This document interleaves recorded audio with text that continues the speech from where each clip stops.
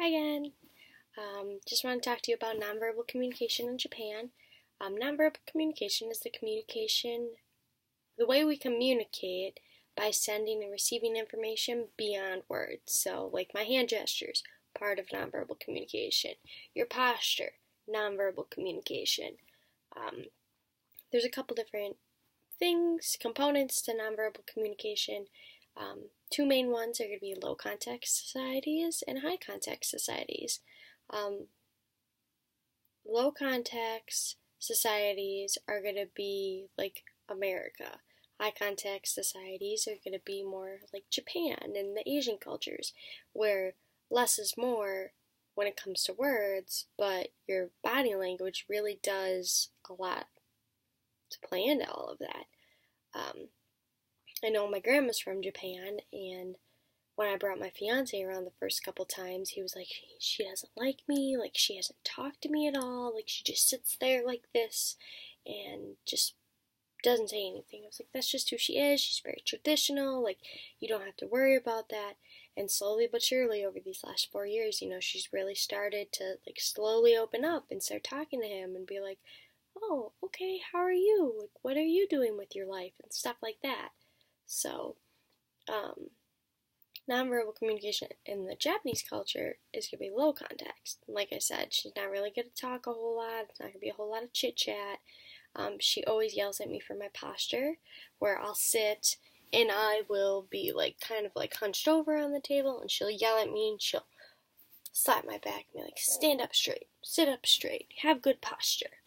Don't look me in the eye, though, because that's a sign of disrespect in the Japanese culture, because it's kind of weird. People just look at you and not say anything. In Japan, you want to have, like I said, that good posture. Your hands are going to be folded in front of you. It's disrespectful to stare somebody in the eye if they're older than you or have more seniority than you, so you don't want to look like down, because that's also kind of disrespectful. You just kind of want to like look at their chin, so you're still looking at them. They still acknowledge that you're talking to them, but you're not being rude by doing one of these and like twiddling with your hands. You just fold them, put them in your lap. If you were to go to a job interview over in Japan, you would want to have dark colors. This bright orange sweatshirt, not good. You'd want to be in a dark black or navy blue. You don't want to stand out in that culture. And it's always funny because my grandma's always like, why do you need tattoos? You don't need tattoos. You don't need piercings. Like, less is more. You're beautiful the way you are. So I definitely see that go hand in hand with everything. For appointments and stuff like that, you always want to make them a few weeks out in advance, unless obviously it's an emergency. And it's a sign of respect to be making stuff in advance, but you also want to be early when you're showing up to these important meetings. When you come in, you want to like bow and say hello, and when you're done, you want to bow and say goodbye. It's also another sign of respect to give the highest person in that meeting a little token of appreciation of their time, to show that you respect that they took that time out of their day to acknowledge you and do whatever with you. So it's kind of like here how we shake hands, we're like, hey, pleased to meet you. Like, there, you're just gonna bow. You don't want to touch your feeling, because that's a sign of disrespect there.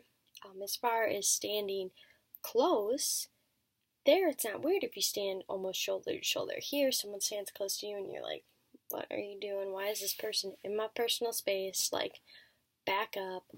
But yeah, I mean, it's definitely been something to get used to. Like, your manners kind of switch over when you go to grandma's house, because you want to have that good posture. You want to be not talking as much, and your facial expressions definitely play a role into it. So, just some tips and tricks.